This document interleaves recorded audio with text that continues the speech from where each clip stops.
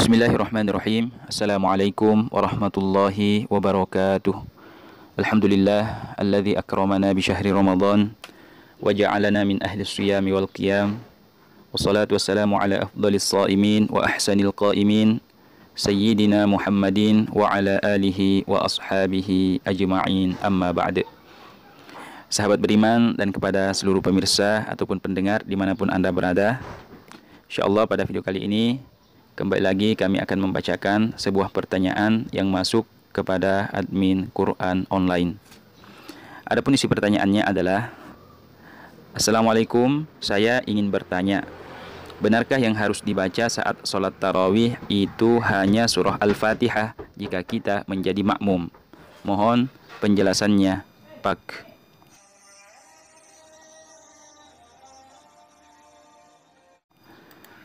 Baiklah, kepada saudara atau saudari yang bertanya, dimanapun Anda berada, ketika kita mendirikan sholat, baik sholat fardu 5 waktu ataupun sholat sunnah, ya, baik ketika kita menjadi imam, menjadi makmum, ataupun sholat sendirian, maka yang harus kita baca saat sholat bukan hanya surah Al-Fatihah. Ya, bukan hanya surah Al-Fatihah yang harus kita baca agar sholat kita sah. Ya, akan tetapi ada 5 bacaan. Silahkan lihat di layar. Ada 5 bacaan yang harus kita baca dalam kita mendirikan sholat agar sholat kita sah.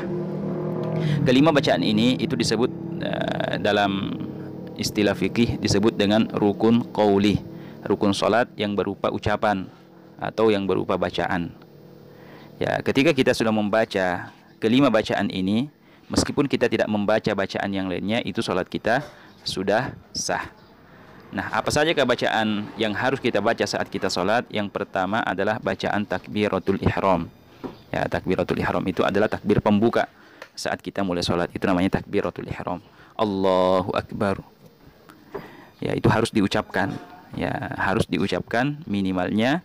Ya, kita memperdengarkan ucapan kita, ucapan takbiratul ihram kita itu kepada telinga kita sendiri. Ya, jadi tidak cukup mengucapkan takbiratul ihram hanya di dalam hati.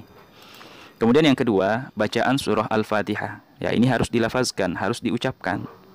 Ya, minimal kita memperdengarkan bacaan Fatihah kita ini kepada telinga kita sendiri. Ya, jadi tidak sah ketika seseorang sholat, baik ketika dia menjadi makmum ataupun imam, ataupun sholat sendiri, ketika dia membaca surah Al-Fatihah hanya dalam hati tanpa melafazkannya dengan lisan. Ya, itu sholatnya tidak sah. Jadi surah Al-Fatihah ini harus dilafazkan dengan lisan. Ya, surah Al-Fatihah ini dibaca setiap rakaat. Kalau yang kita dirikan sholatnya 4 rakaat, berarti 4 kali juga kita harus membaca surah Al-Fatihah. Ya, kalau sholat tarawih 2 rakaat, berarti 2 rakaat juga 2 kali juga kita harus membaca surah Al-Fatihah. Ya, jadi surah Al-Fatihah ini harus kita perdengarkan kepada telinga kita sendiri atau harus kita lafazkan mulai daripada hurufnya yang pertama sampai hurufnya yang terakhir. Itu harus dilafazkan semuanya. Kemudian yang ketiga, bacaan yang ketiga yang harus kita ucapkan saat kita sholat adalah bacaan tahiyat akhir. Ya, at-tahiyyatul mubarakatus salawatut thayyibatu lillah. Assalamu alayka ayyuhan nabiy wa rahmatullahi wa barakatuh. Assalamu alayna wa ala ibadillahis salihin. Asyhadu an la ilaha illallah wa asyhadu anna Muhammadar Rasulullah. Ya, sampai di situ bacaan tahiyat akhir yang harus kita baca saat kita sholat. Ya, jadi kalau misalnya kita sholat maghrib, ya itu kan dalam sholat maghrib, sholat asar, sholat isya, sholat zuhur, itu kan terdapat 2 tahiyat.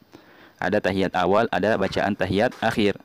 Ya, bacaannya sama, tahiyat awal dengan tahiyat akhir itu bacaannya sama. Ya, tapi hanya statusnya yang berbeda.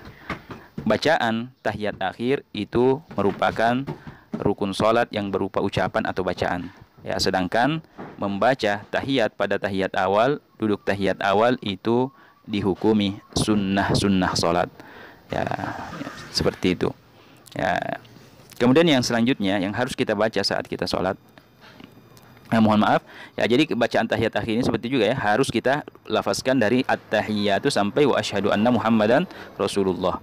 Ya, kemudian lanjut, yang keempat yang harus kita ucapkan saat kita sholat, ya, adalah bacaan ucapan sholawat atas Nabi setelah membaca tasyahud akhir tadi. Ya, jadi ketika kita sudah baca tasyahud akhir, asyhadu alla ilaha illallah wa asyhadu anna Muhammadar Rasulullah, ya, maka kita wajib membaca Allahumma salli ala Muhammad atau Allahumma salli ala Sayyidina Muhammad. Ini adalah ukuran minimalnya sholawat yang harus kita baca di dalam sholat setelah bacaan tahiyat akhir. Ya, adapun ketika kita ingin menambah Allah wa ala ali Sayyidina Muhammad kama sallaita ala Ibrahim wa ala ali Ibrahim wa barik ala Muhammad wa ala ali Muhammad kama barakta ala Ibrahim wa ala ali Ibrahim fil alamin innaka Hamidum Majid, itu hukumnya adalah sunnah. Maksudnya seandainya kita tidak membacanya sampai di situ pun tetap sah, asalkan kita sudah membaca Allahumma sholli ala Muhammad ini. Ya, karena yang merupakan bacaan yang merupakan rukun salat itu ya hanya Allahumma sholli ala Muhammad atau Allahumma sholli ala Sayyidina Muhammad. Ya, ini harus diucapkan. Kemudian yang kelima, bacaan salam yang pertama. Ya, bacaan salam yang pertama itu harus kita ucapkan. Ya, kan kita ketika kita sholat itu kan kita melaksanakan dua salam. Salam yang pertama kita disunnahkan menoleh ke kanan. Salam yang kedua, mengucapkan salam yang kedua kita disunnahkan menoleh ke kiri. Nah, mengucapkan salam yang pertama itu merupakan rukun sholat yang berupa ucapan. Maksudnya harus kita ucapkan. Adapun salam yang kedua itu hukumnya sunnah. Ya, jadi inilah 5 bacaan yang harus kita baca saat kita mendirikan sholat, baik sholat fardu ataupun sholat sunnah.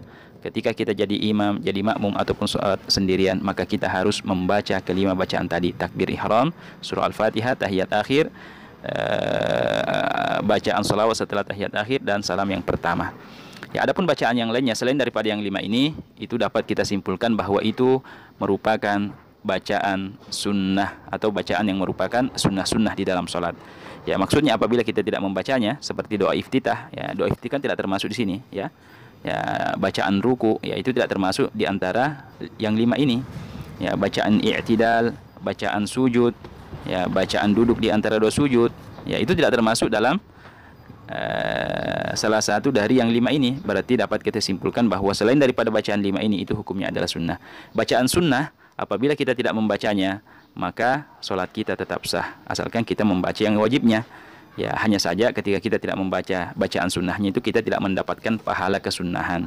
Ya, kita tidak mendapatkan tambahan pahala ketika kita meninggalkan bacaan sunnah itu.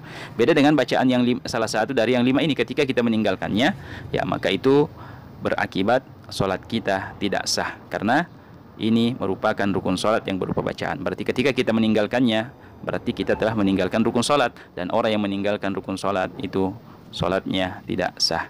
Ya, jadi demikianlah jawaban kami kepada saudara yang bertanya, bahwa bacaan yang harus kita baca saat kita sholat, baik sholat tarawih ataupun sholat fardu yang lainnya, kita wajib membaca yang 5 ini. Oke, teman-teman yang pemula, kita akan belajar tata cara membaca surah Al-Fatihah untuk pemula. Bismillahirrahmanirrahim. Alhamdulillahi rabbil alamin. Ar-Rahmanir-Rahim. Maliki yaumiddin.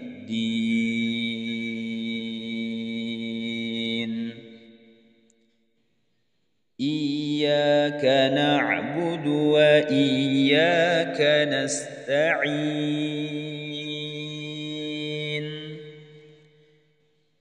Ihdinas siratal mustaqim.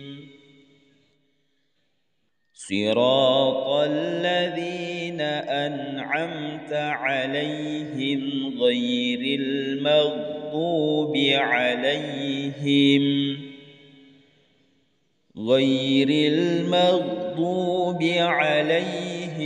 waladdallin.